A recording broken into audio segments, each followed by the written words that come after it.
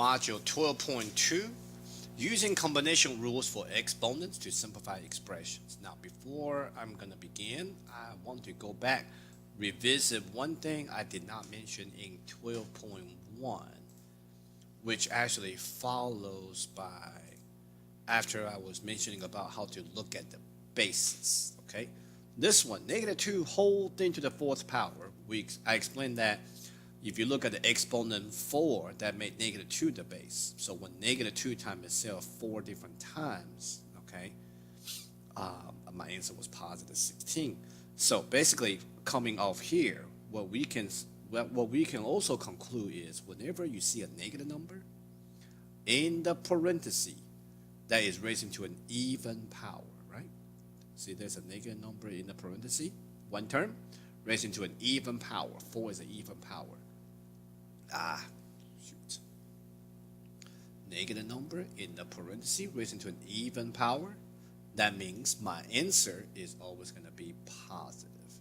Why positive answer? Because I have even number of negative being multiplied. Okay, therefore it will always become positive because a negative times negative, 2 negative multiplied together become a positive. Therefore, even number of negative sign being multiplied always give you a positive answer. So that being said, if I see a negative number in the parenthesis, one term again, but this time raised into an odd power. So if I have odd number of negative sign being multiplied or divide, that one extra odd negative will always make my answer negative. So what make my answer negative? In this case, it made my answer negative. Negative number in the parenthesis, one term raised into an odd power will make me have a negative answer. Or if there's a -1 times in front of it, that will also make my answer negative. But what is not going to make my answer negative is negative exponents, because negative exponent only give me answer between 0 to 1. All right. Now, let's take a look at the formula sheet. I have not hardly pulled the formula sheet out during the lecture videos. So basically, now we have these on the third page. We have rules for exponents. So I write down all the exponents you needed for Math 108. The only two we have not introduced is called the rational exponent and the negative rationals. We will do those in a different module. All right. So just want to show you all the exponent rules are on the formula sheet. So we got product rule, we got quotient rule, negative exponent rule, the 3 different versions of power rule. So a lot of students ask, well, which rule do I use first? And my answer to that is really depends on the problem. Okay, so I got 5 different looking problem here to demonstrate. All right, so first thing first, do you see there's a -3 here? In the parenthesis, everything's one term, okay? This negative right here raised into an odd power. So that basically saying there's a negative times a negative times a negative, which will make my final answer negative. So basically, I went ahead and take care of my sign, my negative sign here. So when we do power rule, I don't have to worry about my negative sign because I know my final answer is negative already. All right, I got base 3 or factor 3 on top, x on top, y in the bottom. The 3, remember, is to the first power. So power rule here, parenthesis, exponent outside, one term in inside. That means I multiplied all the exponents that are in the inside. So coming out of the parenthesis, my answer will be -3 to the third power, x to the 3 times 3, which is 9, over y to the -1 times 3 is -3. So Mr. Chan, what student asked Mr. Chan, why don't you put negative sign right in front of 3? Because I already took care of it. I know my final answer is negative, so I'm gonna put my negative sign at the very beginning. So when it comes to multiplying all the exponents, I'm not worried about any signs other than the sign on the exponent. All right, let's see. What do I do from here? Well, normally when I see a negative exponent, my first instinct is to flip it because I want my exponent to be positive. I don't like to deal with negative sign whenever I can help it. And from module 9, I think many of students already noticed that. So this base y has a negative exponent, so that got to be flipped to the other side of the fraction. So that means nobody's left down here in the bottom. So that would be negative 3 to the third, x to the 9 times y to the positive 3. So if I type in 3 to the third in the calculator, that should be 27. So my final answer is negative 27, x to the 9 times y to the third power. And that's it.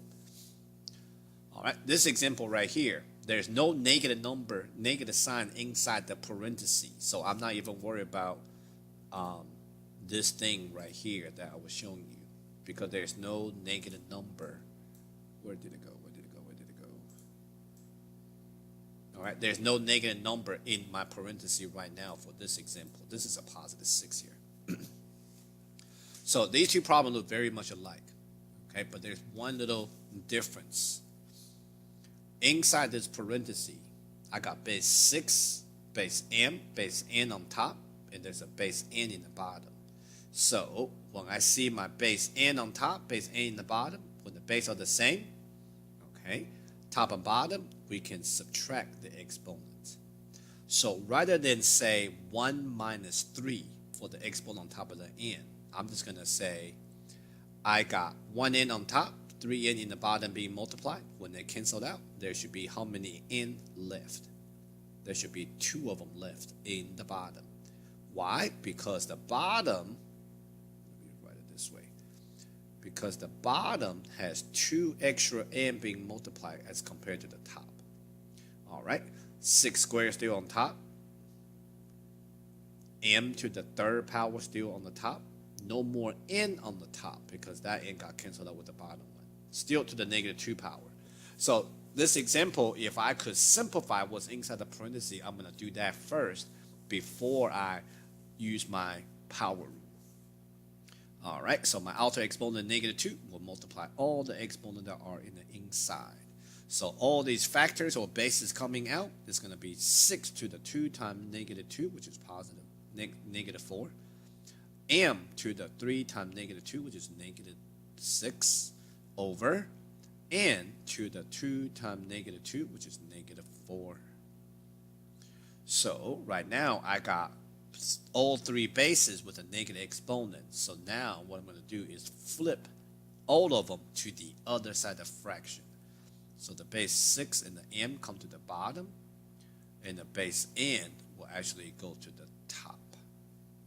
So what should I have on the top? N to the positive 4 on the top, right? 6 to the negative 4 come to the bottom, becomes 6 to the positive 4. M to the negative 6 come to the bottom, become m to the positive 6. So now there's no exponent I can subtract or add. See, subtract I point up and down, add I do side by side. So, because the n and the m have different base, can't mess with the exponents. So now 6 to the 4 in the calculator. Oh, did I turn my calculator off? Sure did.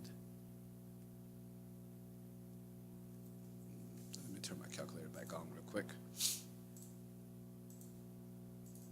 6 to the 4th power is going to be 1296. So my final answer is 1296 n to the 4th over 1296 m to the positive 6th power. All right. So whenever I can simplify inside the parenthesis, I'm going to do that first. Okay. Clean them up a little bit before I do my power rule. Oh, here's a negative number in the parenthesis right here. I'm not going to circle this. I'm going to point at it. That negative sign is to a 3rd power. So that's negative times negative, which will definitely make my final answer negative. All right. So here is a tricky part. I got x on top, x in the bottom. I supposed to subtract their exponents. Okay, there's a lot of different ways we can go about doing this. So to be easier explaining it on the video, I'm just gonna, well, I'm gonna explain it both ways. what I can do with this extra negative 1 on top is I can actually flip it to the bottom. This y to the negative 1 can actually flip it to the top. If I do it that way, all right, this 6 is not going to be flipped because this 6 is to the positive 1 power. This negative sign already be taken care of. So 6 is going to be on the top. Y to the first power was already on the top. Now y to the negative 1 come to the top, become y to the first again. I'm going to purposely write a 1 here. So we know we're going to add the exponent over. The bottom already had an x to the first power. Now the other x to the negative 1 power come to the bottom, become x to the positive 1 again. Everybody still raising to the third power on the outside. So now I got y to the first times y to the first on the top. So 1 plus 1, or you can see y times y, 1y times 1y is actually y to the second power. All right, x to the first times x to the first in the bottom. I see 2x's being multiplied. Okay, so that will give me x squared, or add the exponent. This 6 is still on the top to the first power. Let me write it down. Whole thing is still to the third power. Negative sign, negative 1 times, or negative still outside the parenthesis. So now I can multiply all the exponents. Okay, so coming out of parenthesis, my answer is negative 6 to the positive 3, y to the 6 over x to the 6th power. So 6 to the third power is going to be negative. My answer is negative 216 y to the 6 over x to the 6th power. Okay, that's my answer. Let me move this problem down real quick. All right, what's another way of doing this? Another way of doing this is actually subtract the exponents. Okay, so again, we should always taking care of this negative first. Okay, if you use a negative number in the parentheses, always take care of that sign. So another way, rather than flipping it, another way is literally subtract the exponent. So if I take the top exponent, subtract the bottom, so that will actually be x. You know what? Let me write this on the side. I don't like to write it down here. That will be x to the negative 1, top exponent minus the bottom, which is 1, which is give me x to the negative 2 power. Why I don't do this problem, do it this way first, is because we need to understand when we wrote this x to the negative 2 power, it's actually automatically assumed to be on the top over 1. So basically what I have so far is a negative, right? My answer is negative, parenthesis, a 6, x to the negative 2 power. All right, it's all on the top. It's all on the top right now, basically. There's 1 on the top. There's y to the first on top minus the negative exponent negative 1 in the bottom. So 1 subtract a negative 1 is really 1 plus 1, which will actually be y to the second power. So when I just wrote this y to the second power, it actually means over 1, which is also on the top. So far, I have 6x to the negative 2 power times y to the second power. Whole thing to raising to the third power, still on the outside, the parenthesis. So now if I want to flip this x to the other side of the fraction, I can, or I can multiply all the exponent first. Either way will work. So if I go with multiplying all these exponents first, then my answer, let me see, multiply all the exponents, then my answer should be negative 6 to the third, x to the negative 6, y to the positive 6. So now my base x has a negative exponent, so that will flip it to the other side.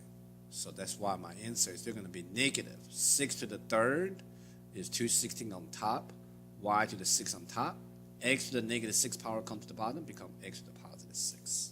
Okay, so either way will give you the same answer. All right. So you want to flip it first or subtract the exponent and exponent first, is totally up to you.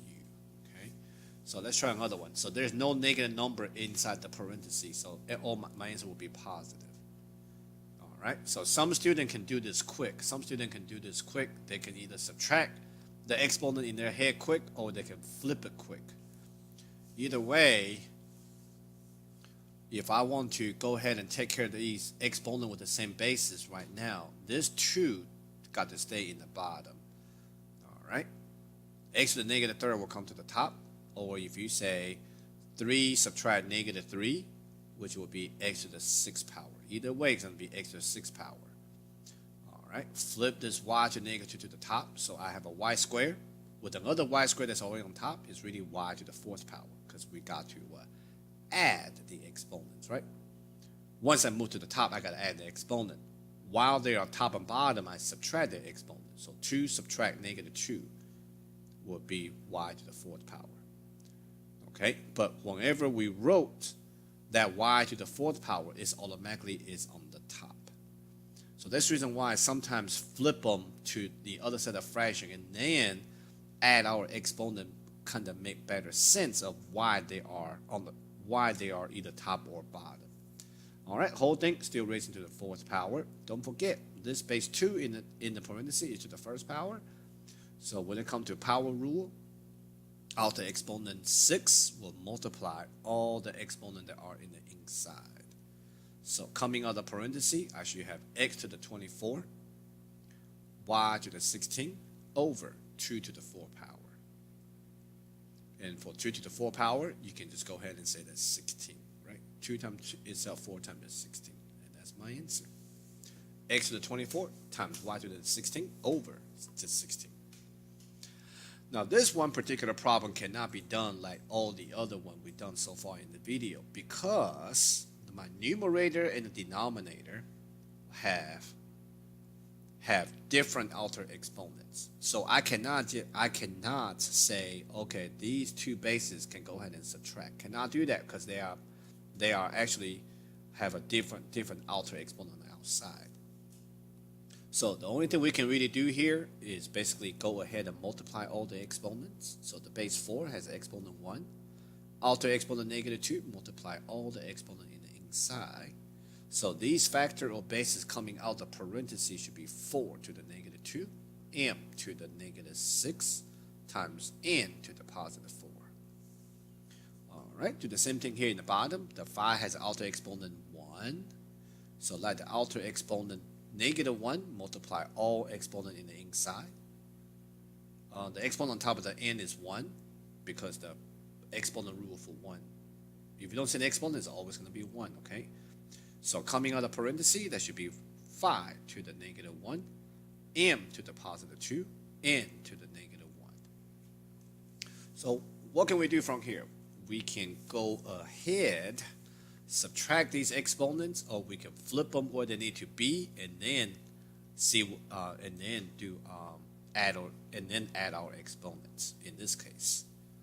So I like to flip negative exponent first. I like to flip it first, because that also ensures my numerical, my negative exponent on my numerical number is going to be what this should be.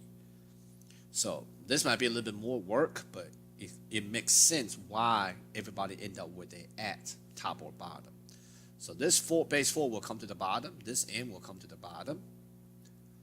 This base 5 will end up to be on the top, right? Because it's got to flip it to the other side. The n will also go to the top. So allow me to do this, okay? Who still on top? Who is still on top? N to the 4 still on top. All right, who's still in the bottom? M squared in the bottom. All right, so when the base 4 to the negative 2 come to the bottom, become 4 to the positive 2 power. When the m to the negative 6 come to the bottom, become m to the positive 6. When 5 to the negative 1 come to the top, become 5 to the positive 1. I'm just going to write 5. When n to the negative 1 come to the top, become n to the first power. I'm going to write 1. I'm going to purposely write 1 here. So here you see when the base are the same on the top and they are multiplying, what do we do with the exponent? We add them. So that's 5n to the 5th over, all right, m squared times m to the 6th. When the base are the same and I'm multiplying, When the base are the same and the base are multiplying, we add the exponent. So that will be m to the 8. And 4 squared will give me 16 down here. And that's my answer right here. 5n to the 5th over 16 m to the 8th power. All right. So just using all the exponent rule we learned so far, okay, we just apply them all together. So depends on the problem. Sometimes we can go ahead and simplify what's inside the parenthesis, whether we want to flip them first or we can subtract the exponent or add the exponent first. Either way, it makes a lot easier if we simplify ahead of time and then do the power rule. But if the inside the parenthesis cannot be simplified ahead of time, then we just use power rule only, okay? And then we can flip them, if we need to, and so forth. All right, that will conclude this lecture video on the combination of rules for exponents. All right, thank you for watching.